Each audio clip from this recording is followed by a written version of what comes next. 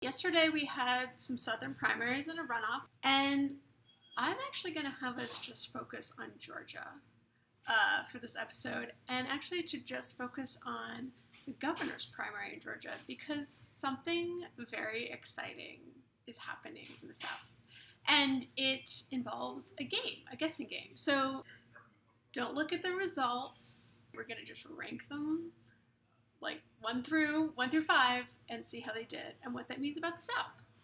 So in order to make educated guesses on what the results might have been, we are going to look at some campaign ads of Republicans and then of Democrats.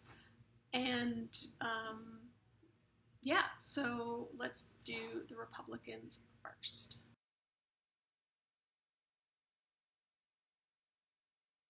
I'm Brian Kemp. I'm so conservative, I blow up government spending. I own guns that no one's taking away. I got a big truck, just in case I need to round up criminal illegals and take them home myself. Okay, so that's Kemp. Pandering to redneck culture, maybe even making fun of redneck culture. I don't know, TBD. Let's do the next one. Hi, I'm Michael Williams, and boy, do we have some exciting news to you. We have our bus tour ready to go, but it's not going to be one of those pansy political bus tours. We've got the deportation bus. All right, so you've seen that guy on the news. He's basically everything but the Klan hood, Michael Williams. And next. I was raised by a single mom who taught me the values of a servant's heart, to make a difference with less talk and more results. Working with Governor Deal, we've cut income taxes for the first time in history, gaining 40,000 new businesses, creating over 600,000 new jobs, keeping Georgia the best place in America to do business. Right, so something totally different, even though he's running as a Republican. He's the moderate business guy, Casey Cagle. All right, so let's review. We've got Kemp, Williams, and Cagle. Those are the Republicans that we're focusing on. And let's do Democrats.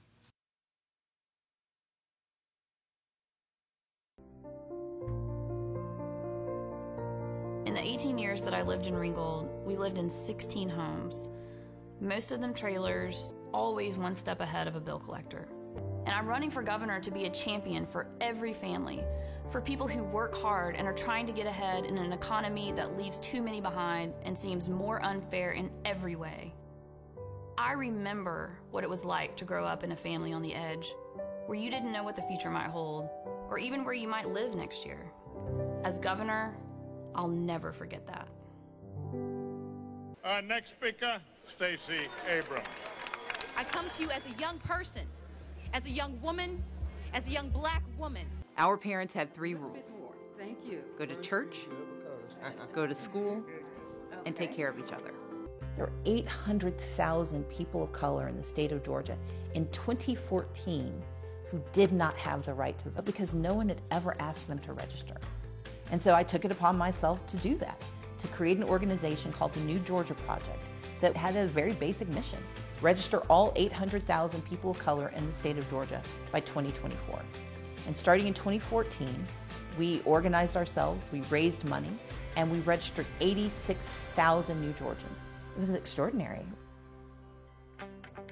It's making a decision about the kind of world you want to live in, the kind of city, the kind of county, the kind of state. Voting is the only mechanism that guarantees that your voice will be heard. Together, if we work, if we speak, if we fight, if we believe, then we will have the power to change America, so let's get it done.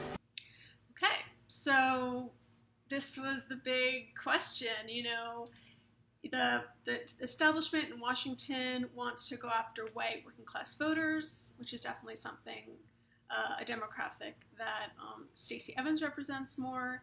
And then we have the activists who are super progressive and are ready for a big change. And Stacey Abrams represents them much better. So now the fun happens. Here are all our candidates. Rank them 1 through 5. how do you think they did? Like, how do you think the redneck, or like, I don't know if he's a redneck, he's probably not. The guy who's pretending to be a redneck, Kemp, compares to Evans. Like, how do you think people actually voted in those two?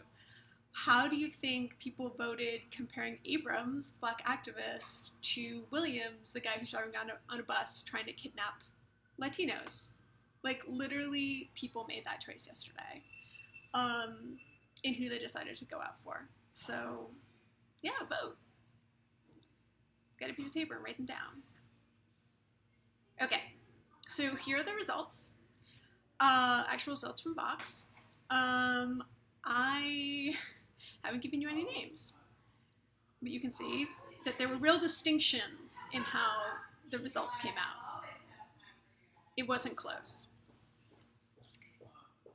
So I'll give you a little hint. So these are two other Republicans. I didn't show you their ads because they didn't do very well. And they weren't very well known outside of Georgia, but Hunter and Tippins, you can see how they did. So now you just have to add in the other 5. So do that. Okay, so let's see the results. Interesting. What do you think about that? So out of all the candidates, the one with the most votes by far, by 100,000 votes, was the firebrand black woman activist. That's incredible. That's so amazing.